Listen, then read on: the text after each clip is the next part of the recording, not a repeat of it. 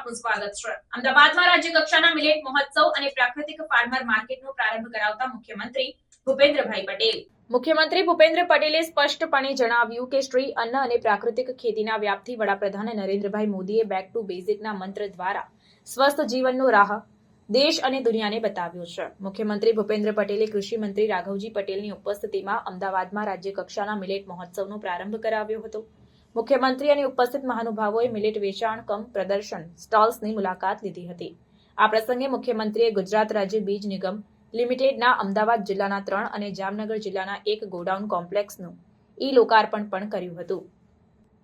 મુખ્યમંત્રી ભૂપેન્દ્ર પટેલે આ અવસરે કહ્યું કે વડાપ્રધાન નરેન્દ્રભાઈ મોદી લોકોને હંમેશા સ્વાસ્થ્ય માટે જાગૃત થવા પ્રેરણા આપે છે। તેમના વિઝનરી નેતૃત્વમાં જનતાની સુખાકારીને હંમેશા પ્રાધાન્ય અપાયું છે અને તેમના જનકલ્યાણલક્ષી અભિગમને સાર્થક કરતો આ કાર્યક્રમ છે।